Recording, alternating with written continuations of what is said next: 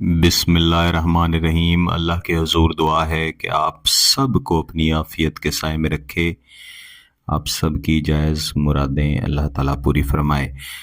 इस वीडियो में मैं आपको महबूब की तस्वीर के पीछे लिखा जाने वाला इंतहाई ताकतवर नक्श सिखाऊंगा। इस नक्श को लिखने के दो तरीके हैं, इस्तेमाल का एक ही तरीका है। इसे मुकम्मल समझें, देखें, इंशाल्लाह बहुत ज़्यादा फ़ायदा होगा। बिलखसूस वो बहन भाई जो परेशान हाल हैं, महबूब उनकी तरफ देखना भी पसंद नहीं करता, वो एक बार इस नक्श को ज़रूर इस्तेमाल करें। महबूब की तस्वीर का किसी भी किस्म का प्रिंट हो सकता है, ब्लैक एंड वाइट हो सकता है, रंगीन हो सकता है, लेकिन तस्वीर का प्रिंट होना ज़रूरी है। मसलन ये तस्वीर है और ये तस्वीर की बैक साइड है, तो सफ़ेद उसका कलर होगा या उसके ऊपर लिखाई भी हो तो कोई मसला नहीं। और इसके लिए कोशिश करें कि मार्कर या कलम इस तरह की इस्तेमाल करें जिसका रंग काला हो और जिसकी लिखाई परमानेंट रहे, यानी वहाँ से मिट ना जाए। और इसे आपने हाथ से बनाना है, इसके लिए आपने पैमाना इस्तेमाल नहीं करना। तो तस्वीर के पीछे ही आपने इस तरह से सबसे पहले एक लकीर लगा लेनी है। इसके बाद इस लकीर के नीचे एक लकीर लगाएंगे, फिर एक नीचे लकीर और फिर एक नीचे लकीर। इस तरह ये ऊपर से नीचे 3 खाने बन जाएंगे। फिर साइडों से पहले आपने इसे मिला देना है। इसके बाद इसके मज़ीद 3 खाने आपने इस तरह से 2 लकीरें लगा के बना लेने हैं। ये 3 खाने इसके आपके सामने मौजूद हैं। अब इसके अंदर हम आदाद लिखेंगे, इन्हें बगौर समझ लें और तरीक़ाकार के मुताबिक ही लिखें। 3, 0, 9, 1 और 7। 3, 0, 9, 2 और 3।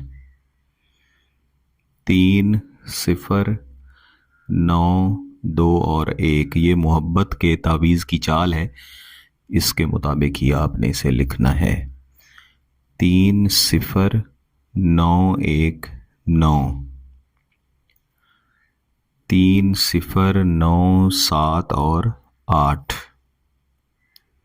3, 0, 9, 1 और 6।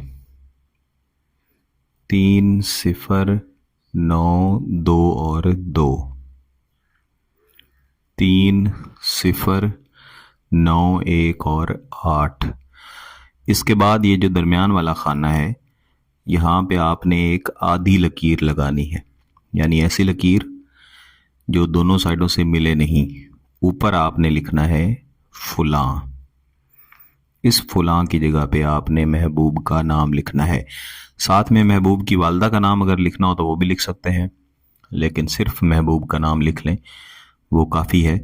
अगर तस्वीर ना हो फिर इस नक्श को इस्तेमाल किया जाए, फिर वालदा का नाम लाजमी लिखा जाता है। इसी तरह इसके नीचे भी हम फुलां लिखेंगे, यहाँ पे आपका नाम आएगा। ये अब नक्श मुकम्मल हो गया है। ये इसका एक तरीका है। अगर इस तरह से आपने नक्श लिखना है तो इसका इस्तेमाल मुख्तलिफ है। अगर इसके नीचे आप आयत करीमा लिख लें फिर इसका इस्तेमाल मुख्तलिफ है। पहले मैं आपको आयत करीमा लिख के दिखा देता हूँ, उसके बाद मैं इसका इस्तेमाल आपको बताता हूँ। आयत करीमा लिखने से पहले कम अज़ कम 10 मरतबा दुरूद शरीफ पढ़ के इसके ऊपर दम कर लें और इसके बाद लिखें इन्नल्लाह ला युस्लिहुल अलल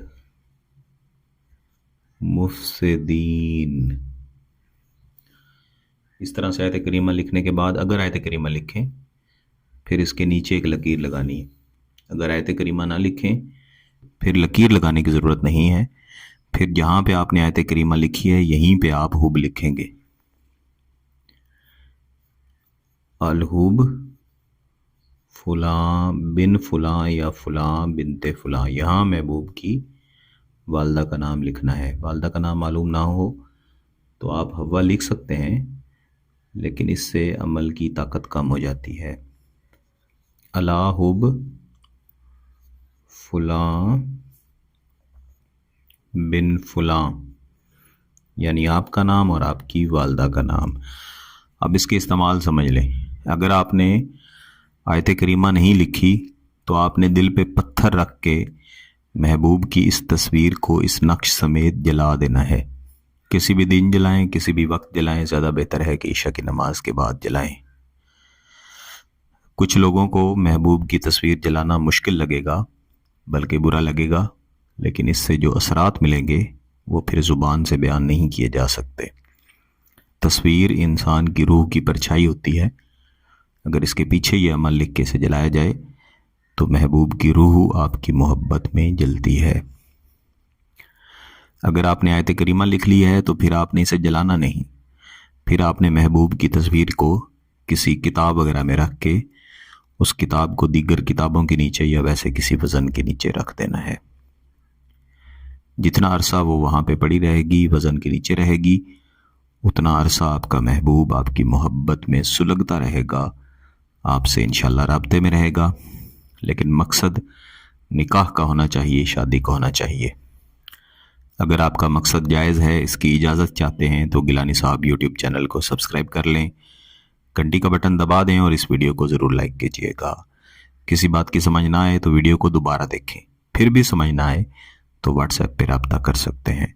بہت بہت شکریہ۔ اللہ حافظ۔